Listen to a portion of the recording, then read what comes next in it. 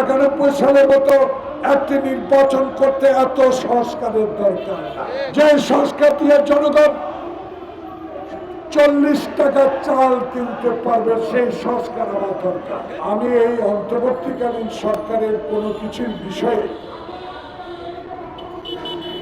দ্বিমত পোষণ করি, কিন্তু কিছু কিছু বিষয় আমার দ্বিমত পোষণ করতেই হয়। আপনারা কেন স্কুলের টিফিন বক্সের উপর ভ্যাট ধার্য করবেন? কেন আপনারা অনৈতিক ভাবে সকল পর্যায়ে ভ্যাট আপনারা স্থাপন করবেন, ভ্যাট বসিয়ে দিবেন?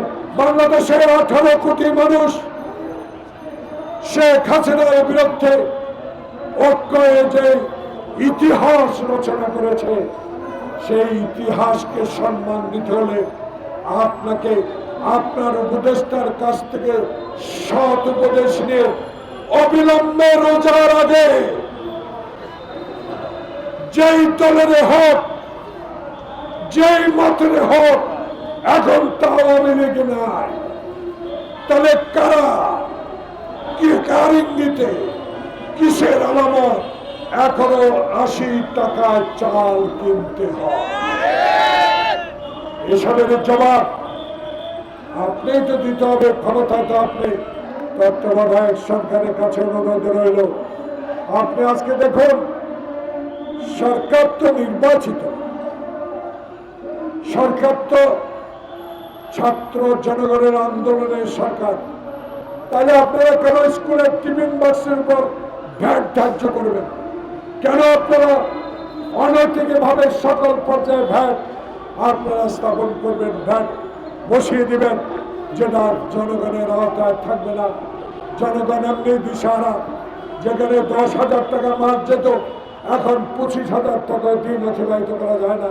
91 সালের মতো একটি নির্বাচন করতে এত সংস্কারের দরকার,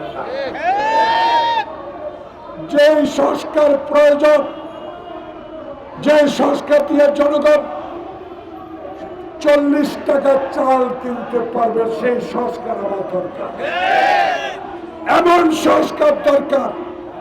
হাসিনার আমলে সিন্ডিকেট করেছে, আপনার আমলে এখন সিন্ডিকেট করবে। কালার এক্সপার্ট, জর্জ স্যাপ এবং মাইল্ড অন হ্যান্ডস টেকনোলজি সমৃদ্ধ অরিক্স ক্রিস্টাল ওয়াশ আপনার লন্ড্রি এক্সপার্ট। আমি এই অন্তর্বর্তীকালীন সরকারের কোনো কিছুর বিষয়ে দ্বিমত পোষণ করি, কিন্তু কিছু কিছু বিষয় আমার দ্বিমত পোষণ করতেই হয়। কারণ 16টি বছর যারা সংবাদপত্রে স্বাধীনভাবে লিখতে পারেন নাই, যারা কথা বলার স্বাধীনতা পান নাই,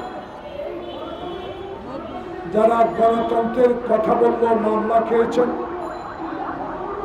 যারা বিচার বিভাগের স্বাধীনতার কথা বললেও স্বৈরাচার হাসিনা সরকারের আঘাতপ্রাপ্ত হয়েছে, দুর্নীতির বিরুদ্ধে কথা বললেও আঘাতপ্রাপ্ত হয়েছেন, নিত্য প্রয়োজনীয় জিনিস দ্রব্যমূল্যের ঊর্ধ্বগতির প্রতিবাদ করতে গেলেও আপনারা নির্যাতিত হয়েছেন।